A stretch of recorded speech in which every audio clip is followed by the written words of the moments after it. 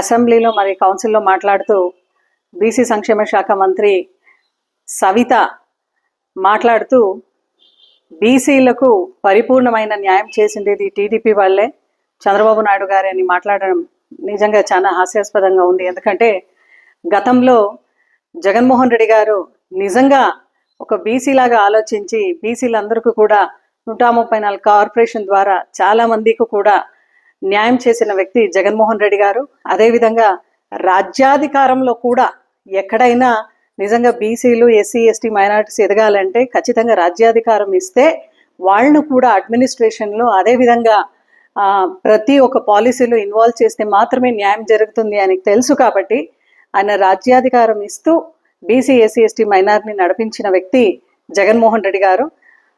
అటువంటి మనిషిని ఈరోజు గత ప్రభుత్వంలో జగన్మోహన్ రెడ్డి గారు ఏదీ చేయలేదు, మోసగించినారు బీసీ వాళ్ళని అని చెప్పడం చాలా దుర్మార్గం సవితమ్మ.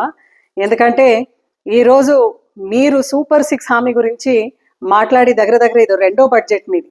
అంటే ఒక బడ్జెట్ అప్పుడే ప్రవేశం చేశారు, అది ఓటాన్ బడ్జెట్లో పెట్టుకున్నారు కొన్నాళ్ళు, ఇప్పుడు సెకండ్ బడ్జెట్. ఈ సెకండ్ బడ్జెట్లో ఎక్కడ కేటాయింపు ఉంది చెప్పండి? మీరు చెప్పిన హామీలకు ఎక్కడెక్కడ ఎంత క్రోర్స్ మీరు కేటాయించినారు అనేది చెప్పే అవసరం ఖచ్చితంగా ఒక బీసీ శాఖ మంత్రిగా నీ పైన ఉంది. బీసీలందరికీ కూడా పెన్షన్ ఇస్తామని చెప్పి ఉత్తుగా మాటలు చెప్పి మీరు ఈరోజు మంత్రి సీట్లో అదేవిధంగా ముఖ్యమంత్రి సీట్లో చంద్రబాబు నాయుడు గారు కూర్చున్నారు. ఈరోజు కూటమి ప్రభుత్వాన్ని ఒకటే మాట అడుగుతున్నాను. గత ప్రభుత్వంలో జగన్మోహన్ రెడ్డి గారి హయాంలో అందరికీ కూడా మంచిది చేయాలని చెప్పేసి జగన్మోహన్ రెడ్డి గారు బీసీలకు బడ్జెట్లో లయన్ షేర్ ఇచ్చినారు. The lion share in the budget was to BC, SC, ST, minorities. మేము ఎప్పుడన్నా వైఎస్ఆర్సీపీ వాళ్ళు కానీ జగన్మోహన్ రెడ్డి గారు కానీ మాట్లాడితే విత్ సోర్స్ మాట్లాడతాం. ఆ సోర్స్ ఆర్బీఐ ఉండొచ్చు, సిఏజీ కాగ్ ఉండొచ్చు, మాస్క్ ఉండొచ్చు, ఎప్పుడు కూడా మేము సోర్స్తో మాట్లాడతాం. నువ్వు ఈరోజు అసెంబ్లీలో ఉన్నావు కదా, రికార్డ్స్ ఒకసారి చెక్ చేసుకొని చూడు. ఎంత బడ్జెట్ మనము వెనకబడిన కులాలకు మనము కేటాయించినామని ఖచ్చితంగా చూసే బాధ్యత ఈరోజు సవితమ్మ గారి పైన ఉంది. ఈరోజు సవితమ్మని ఒకటే మాట అడుగుతున్నాను. పెనుగొండలో మెడికల్ కాలేజ్ మరి మెడికల్ హాస్పిటల్ ఉంది. చాలా మంది బీసీలు ఉన్నాం పెనుగొండలో. దాన్ని ప్రైవేటీకరణ చేస్తున్నారని కూడా సవితమ్మకు తెలుసు. ఇంతవరకు కూడా ఆమెకు ఎక్కడ కూడా ఒక్కసారి మాట్లాడిన పాపానికి పోలేదు. సవితమ్మ పెనుగొండలో అదేవిధంగా సత్యసాయి జిల్లాలో ఎంతమంది బీసీలు ఉన్నారు వాళ్ళందరికీ కూడా అది గవర్నమెంట్ హాస్పిటల్ ఉంటే బీసీలందరికీ కూడా న్యాయం చేసే పరిస్థితి, మంచి ఒక మెడికల్ ఫెసిలిటీస్ అందించే ఒక కార్యక్రమం నువ్వు ఎమ్మెల్యేగా పెనుగొండకు చేయొచ్చు కదా. మళ్ళీ ఇంతవరకు నువ్వు మాట్లాడలేదు దాని గురించి. ఏంటి, ఎంతమంది బీసీలకు అన్యాయం చేసిన వ్యక్తి నువ్వు. కేవలం అసెంబ్లీలో మాత్రమే నీకు బీసీల గురించి మైక్ ఇస్తే మాత్రమే నువ్వు మాట్లాడతావు, తూతు మంత్రంగా మాట్లాడతావు. బీసీల పైన ఒక బీసీ శాఖ మంత్రిగా ఉంటూ కూడా నీకు కపట ప్రేమ ఉంది అనే దానికి Penugonda medical hospital and college correct అయిన నిదర్శనం. నీకు దమ్ము ధైర్యం ఉంటే చంద్రబాబు నాయుడు గారి దగ్గర పోయి, లేదు ఇది గవర్నమెంట్ స్ట్రక్చర్లోనే ఉండాలి, దీన్ని ప్రైవేటైజేషన్ చేయొద్దండి, Penugonda medical hospital and college privatization చేయొద్దండి అని చెప్పు. కాకపోతే నీ మంత్రి పదవికి రాజీనామా పెట్టిరా, మనం అందరూ కూడా పోరాడదాం, సాధిస్తాం. నీతో పాటు ఆల్ పార్టీస్ కూడా మనం పోరాడతాం. ఇది కాకుండా నువ్వు కపట ప్రేమగా ఒక బీసీ శాఖ మంత్రిగా బీసీల పైన మన పార్టీ వైఎస్ఆర్సీపీ పార్టీ వాళ్ళు మోసగించినారని మాట్లాడడం ఖచ్చితంగా ఆ మాటని వెనక్కి తీసుకోనాలి. అదేవిధంగా నువ్వు హ్యాండ్లూమ్ అండ్ టెక్స్టైల్స్ కూడా మినిస్టర్గా ఉన్నావు. నీ సొంత నియోజకవర్గంలో కూడా ఒక ఫ్యాక్టరీ మరి ఇండస్ట్రీ ఈరోజు క్లోజ్ అవుతా ఉంది. ఆ ఒక్క థ్రెడ్మిల్ ఫ్యాక్టరీలో, ప్రౌడ్ క్యాట్ ఫ్యాక్టరీలో చాలామంది బీసీలు కూడా పనిచేస్తున్నారు కదా. ఒక్కసారి నీ డిపార్ట్మెంట్కి ఒక్కసారైనా నువ్వు పోయి అక్కడ మీటింగ్ తీసుకొని ఎందుకు క్లోజ్ చేస్తున్నారు, నా బీసీ సోదరులందరూ కూడా రోడ్డు పైన వచ్చేస్తారు కదా అని నువ్వు ఆలోచించి ఎప్పుడైనా కూడా ఎంప్లాయీస్ తరఫున నిలబడి మాట్లాడినావా?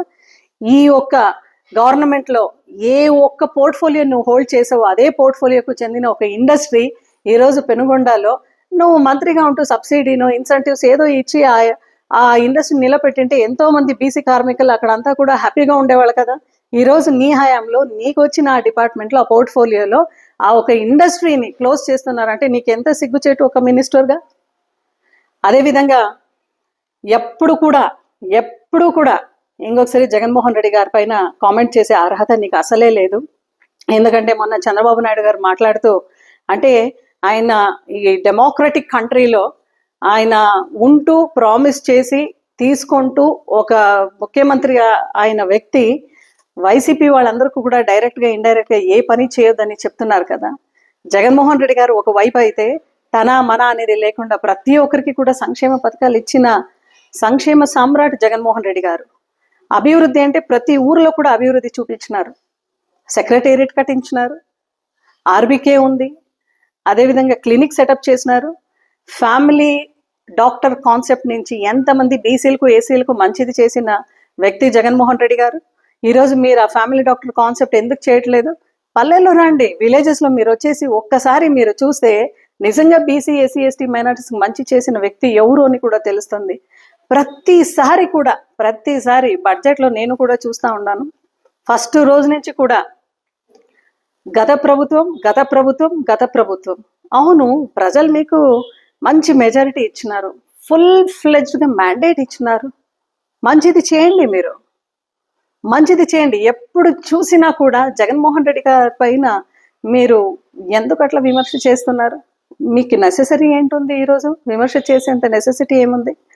ఫస్ట్ ఆఫ్ ఆల్, నువ్వు ఒక బీసీ సంక్షేమ శాఖ మంత్రిగా ఉంటూ, ఒక మహిళగా ఉంటూ ఫ్రీ బస్ ఎప్పుడు అమలు చేశారు విత్ క్యాలెండర్తో పాటు చెప్పు. జగన్మోహన్ రెడ్డి గారు అయితే విత్ క్యాలెండర్ కోవిడ్ లాంటి టైంలో కూడా, క్లిష్టమైన పరిస్థితిలో కూడా విత్ క్యాలెండర్ వర్క్ చేసిన ముఖ్యమంత్రి మన జగన్మోహన్ రెడ్డి గారు. అటువంటి వ్యక్తులపైన విమర్శ చేసేంత స్థాయి నీది అసలే కాదు. ఇంకా దీపం కింద మీరు చెప్పినారు సిలిండర్స్ అది ఏది అని ఇస్తారని చెప్పినారు. రెండో బడ్జెట్ అయినా కూడా ఒక్క సిలిండరే ఇచ్చినారు. నువ్వు కూడా ఒక మహిళ కదా, మళ్ళా మిగతా సిలిండర్ ఎప్పుడు ఇస్తారు అనేది కూడా క్యాలెండర్తో పాటు నీకు దమ్ము ధైర్యం ఉంటే రిలీజ్ చేయి, ఎప్పుడు ఇవ్వబోతున్నారని. అదేవిధంగా నువ్వు కూడా ఒక మహిళ కదా, నీకు 15,000 అందరికీ కూడా చెప్పి, తల్లులందరికీ కూడా చెప్పి అమ్మఒడి వేస్తామని చెప్పేసి, ఈరోజు అమ్మకు వందనం వేస్తామని చెప్పేసి మీరు ఈరోజు మంత్రి పదవిలో కూర్చున్నారు కదా. చెప్పండి విత్ డేట్, ఎప్పుడు మీరు ఇవ్వబోతున్నారు? మహిళలందరికీ కూడా ఎప్పుడు అమ్మకు వందనం అమలు చేస్తారనేది చెప్పండి. గ్రామాల్లో నిజంగా వెళ్తుంటే అందరూ కూడా అదే మాట అడుగుతున్నారు.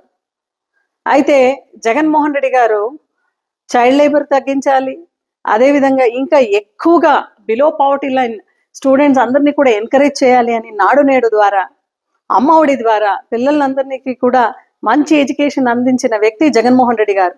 అటువంటి వ్యక్తి పైన విమర్శ చేసే స్థాయి అసలే నీది కాదు సవితమ్మ.